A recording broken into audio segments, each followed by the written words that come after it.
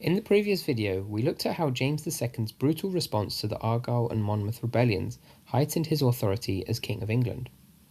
He sought to further strengthen this authority by enlarging his personal standing army, a move that triggered suspicion in many of his subjects who viewed such a measure as the work of a potential tyrant.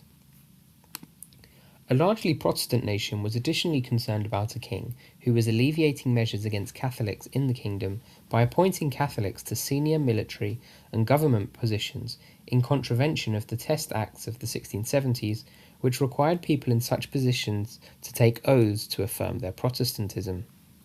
James passed these laws using his own dispensing power against laws of statute too.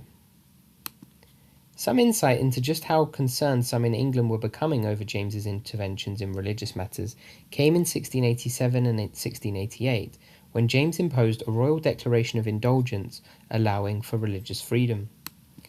The declaration was thought to be an implicit endorsement of Catholicism, and thus many bishops opposed it, especially the plan for the declaration to be read aloud in every church in England.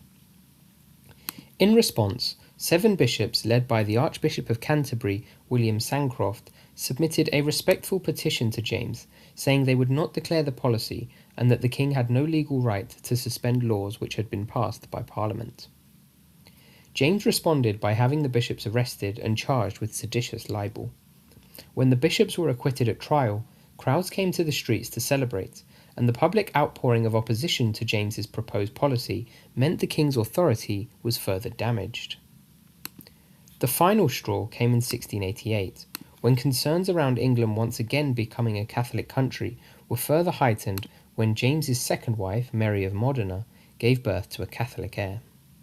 Before this, many expected the next monarch to be Protestant, as James only had a daughter, Mary, and she was married to committed Protestant William of Orange. But the arrival of the male heir changed this.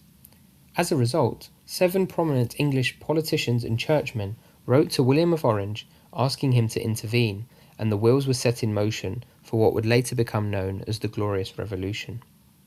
Thank you for watching, and please consider subscribing to Tales from History. It really helps me out.